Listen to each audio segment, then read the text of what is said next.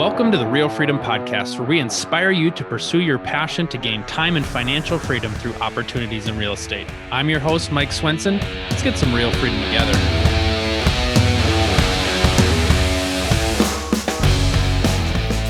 Hi, Mike Swenson here with REL Freedom. You know, this episode of our REL Freedom Stories is going to be a little bit different. So recently we had an event called Freedom Con, and on there we had some wonderful guests that shared their stories and some of their tips and successes on their journey towards financial and time freedom. In this particular episode, we're going to hear from Tina Beliveau, and she's going to share more about her story and her journey. So we're going to pick up in the middle of the event, and we hope you enjoy it. So Tina is one of the most productive and top producing real estate professionals in the entire Maryland area. I've had the distinct pleasure of working with her shoulder to shoulder for a number of years. In one of the real estate offices that we founded. We took that to number one real estate office in terms of growth and profitability in the KW system. Tina is just an amazing human being who is always up to really big things. And it's it's going to be awesome hearing your story, because I don't think enough people have heard it.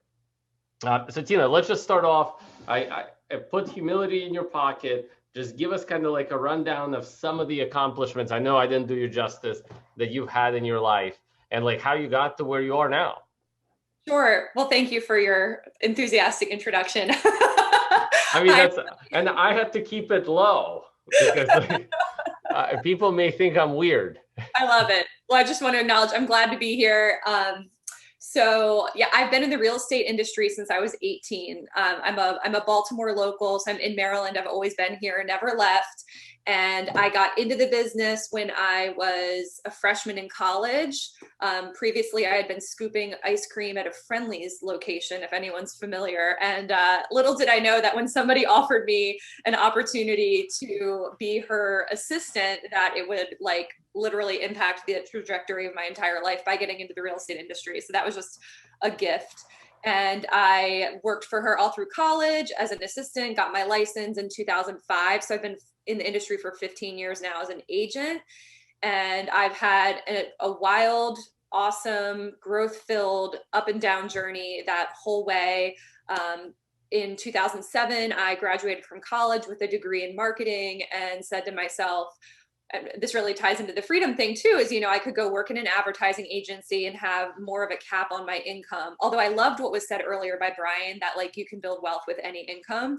I took a lot of notes from what he said, but either way at the time I said, or I can, you know, make my own destiny and, you know, build my own business. And then I decided to go full throttle into real estate just before the market was changing, which was also a gift because I loved everything that Veronica had to say of, you know, cutting your teeth in a tough market makes you tough, it makes you strong.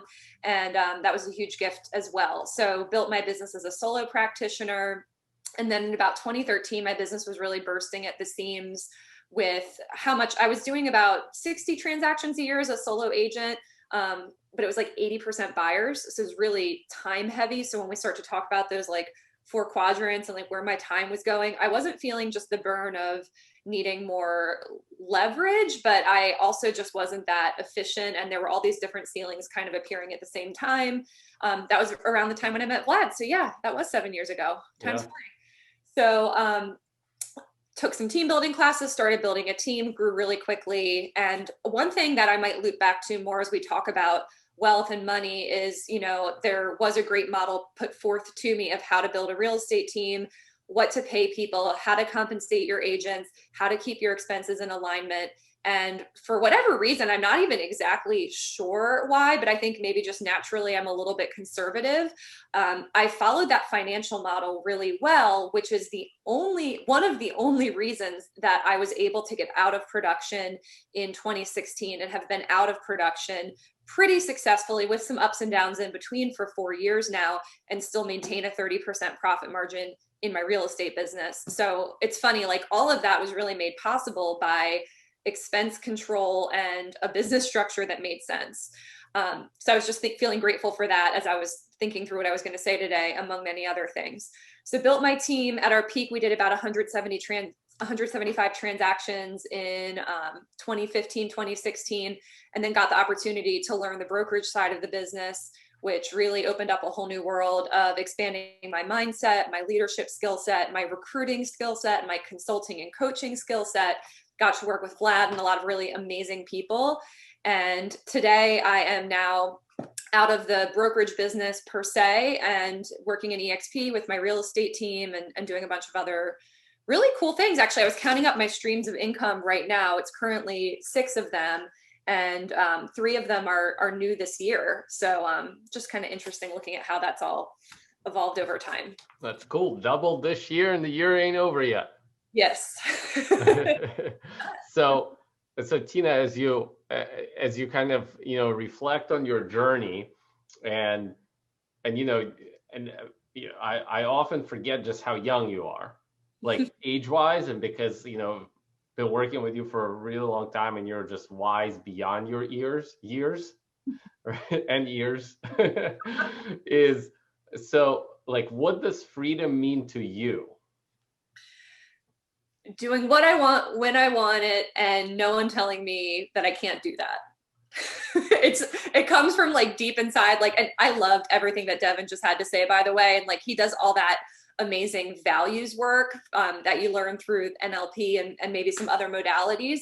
And every time I've gone back to specifically my career values, I want to have control over my time and my destiny. I want autonomy. And I want like a wide berth to build and create whatever it is that I want to create. And I find that I tend to always come back to those values over and over again. And sometimes I found myself in situations where I signed up to work in modalities where those values weren't met, and I could do it, but there was that friction.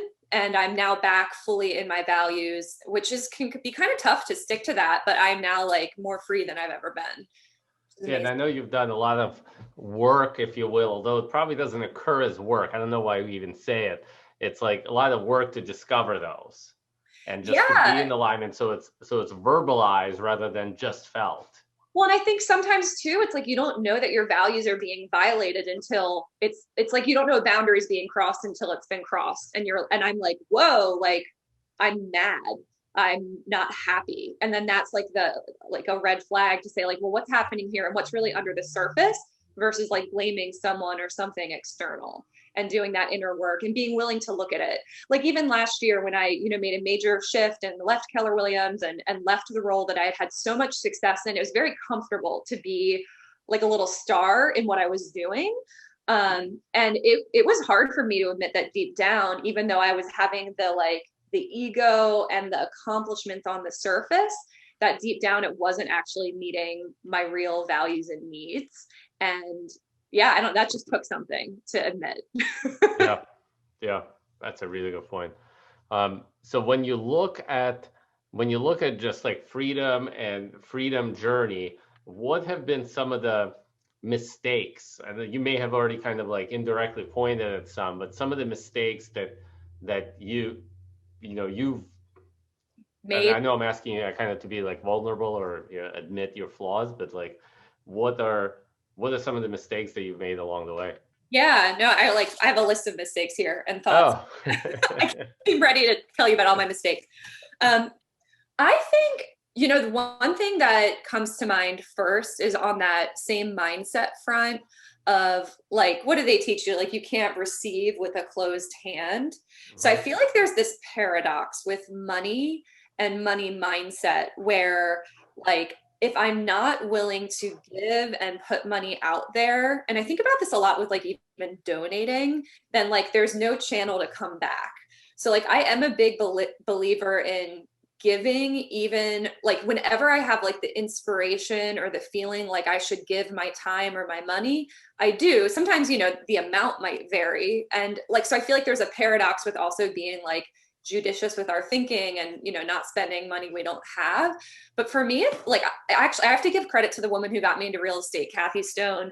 I don't remember exactly what she said, but I just remember she like modeled this message of like, give, and then you will always receive. And I hadn't picked that up really until I had met her. And I don't know, that just kind of set the course for like the way that I built my business and have acquired a lot of the opportunities that have come to me, because it's like, I've given my time and all of like a lot of my ideas, my best practices, my systems, my checklists, like I've given it out and built relationships, and those relationships have become the platform for everything. So the mistake is that there are times where I forget that, and like I just like tighten up psychologically and feel like I have to clamp down. Or I'll go into negative thoughts, like negative self-esteem thoughts. And then, the referrals stop flowing. Suddenly, like everything's like crickets with my team for weeks. Like there's these little like external signals. And we used to notice it when we recruited together. Like I would see that like the flow of my self-esteem internally would manifest in how many people were attracted to the brokerage. And it's really annoying to be like, this is like all coming from me. And like the less that I manage my mindset, the less successful I'm going to be. So I would say that is like the perennial thing. There's lots of like little tactical mistakes, but I would say it's all that like managing me it makes or breaks everything, basically. Yeah, I think a lot of people overlook just how much we manifest the world in which we live in, right? And I mean, that's really cool, especially following, Devin's conversation about mindset, because like freedom lives both internally and externally, right? Like there's the freedom mindset, and then what does freedom look out here in the world?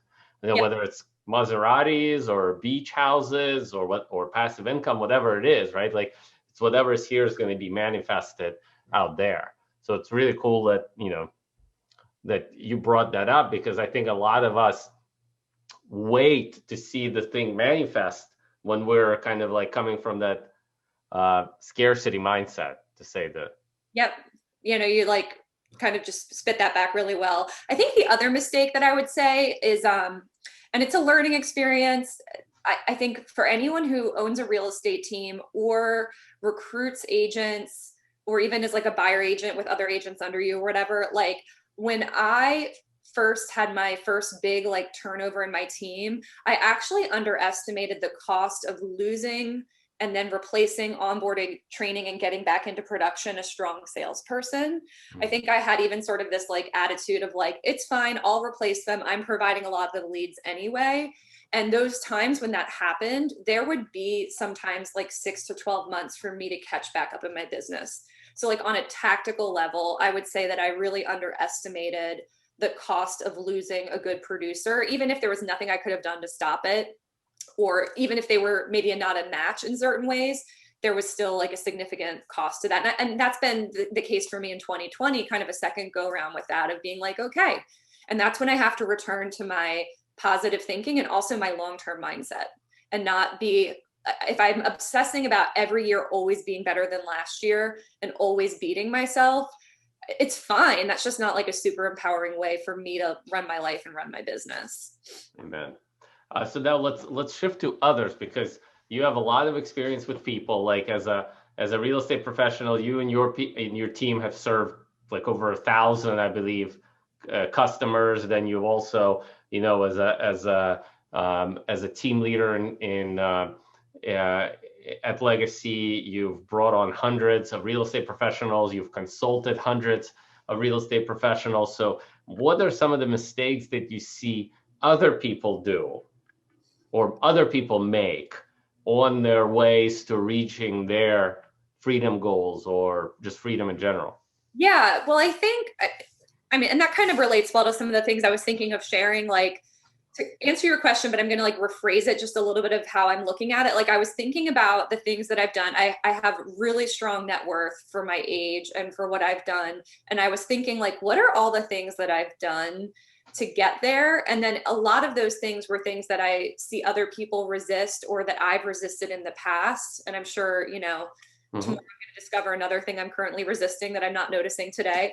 But I think like when I was consulting a lot of agents, I would notice how few of them wanted to really just be completely in tune with their cash flow, with having a profit and loss statement, with properly structuring their business as an S Corp or an LLC or whatever the case may be. And like just having a tax team and a financial advisor. Like I feel like once you're, netting $100,000 or more in real estate commissions, and before then, it's time to look at all of that. And I think that people have different limiting beliefs of that might be too expensive.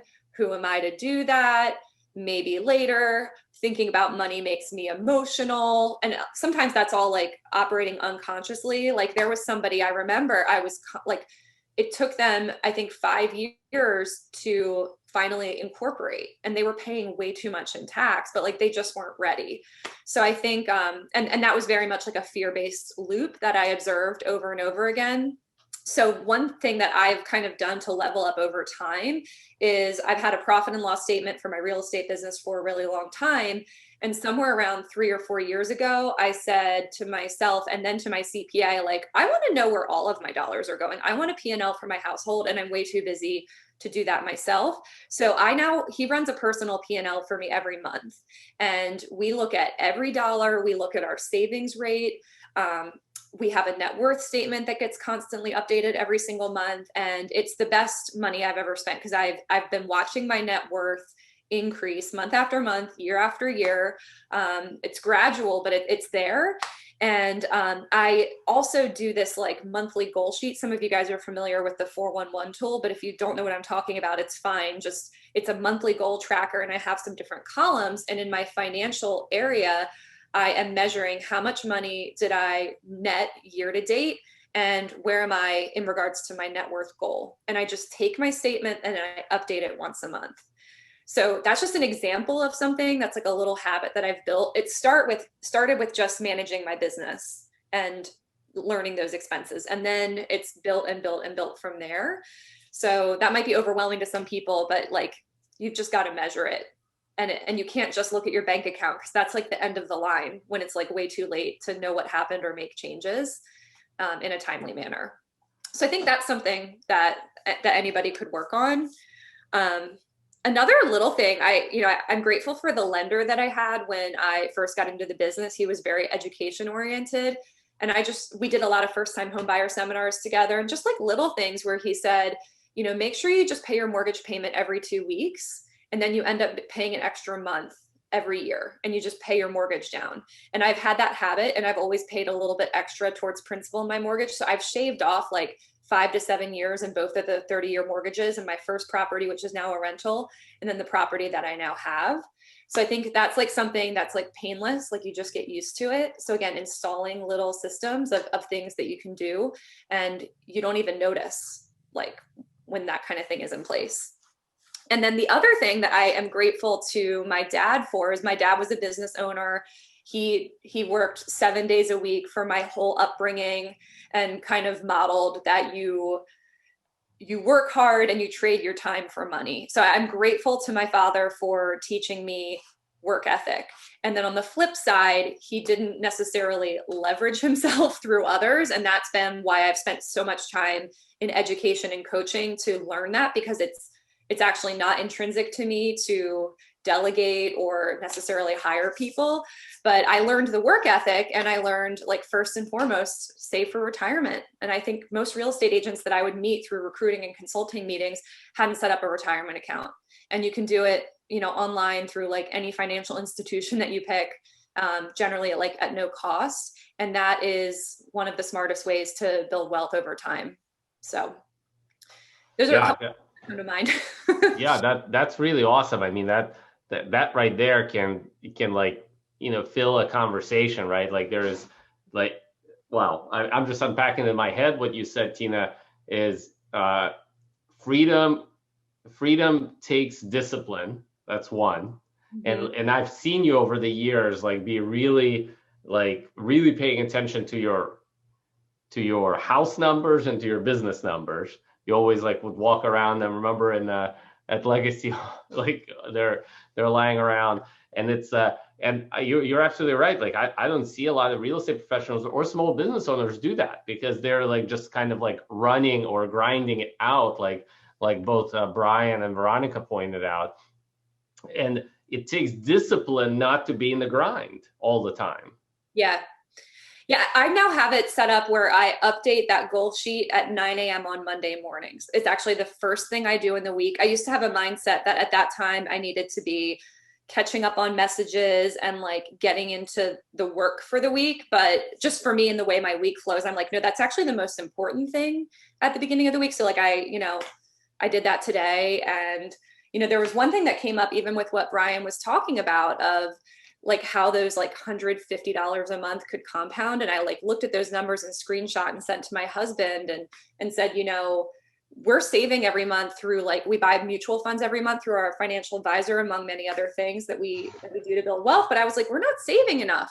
Like, and, I don't blame my financial advisor, but I'm like, when's the last time we evaluated like how much of that, like we're even saving? So I just kind of wanted to like reflect that back to you guys. Like, I don't know if you have like an amount you've been working on saving per month, but like, can you raise it?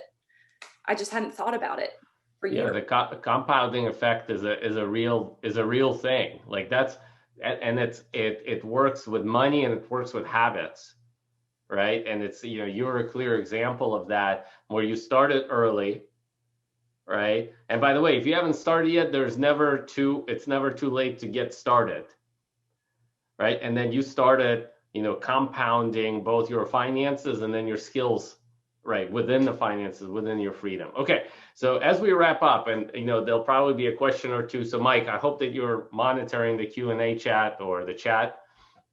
Yeah, if somebody wants to put any questions, I monitored it. Yep. All right, cool. So Tina, what advice do you have to the listeners and to the viewers? I don't know why I'm saying listeners. Listening and viewing. Yes. I think the thing that like I took from reflecting on my journey, and again, I'm no financial wizard, yet I'm like, okay, let me give myself some credit for the wealth picture, but it's what you just said, is it's been one habit that I could handle at a time. So whether that is, a savings tip that you heard today, or maybe you needed to hear again that you need to incorporate or, reach out to that accountant about the P&L, like it's just installing one thing as a habit. And then when you feel like that is, you don't have to think about it and it's really like just natural and intrinsic to you, then what's the next one and what's the next one? Wow. Okay. That's really cool, because it's like, it takes that advice into like a granular, like take action now, take a small action so that it moves you forward to your goals. Could I actually, there's one more thing I thought of, that I learned actually at Ben Kinney's Win, Make, Give thing last year.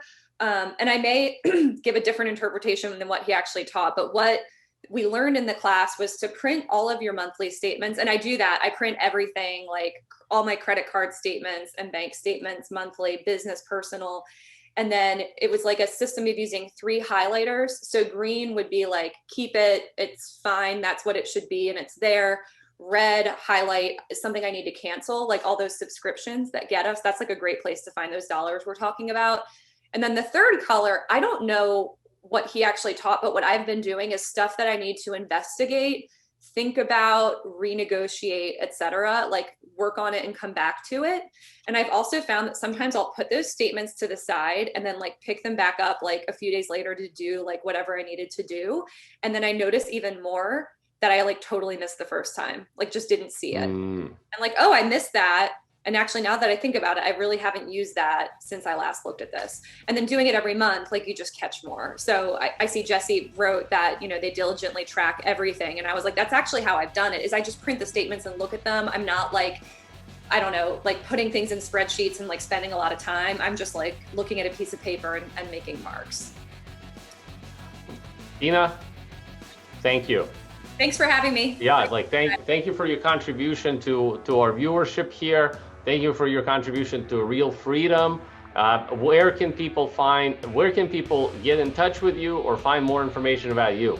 The best 2 ways to find me are on Facebook. Just search Tina Beliveau and you can click follow or private message me, or on Instagram at Tina Beliveau. Easy. Thank you.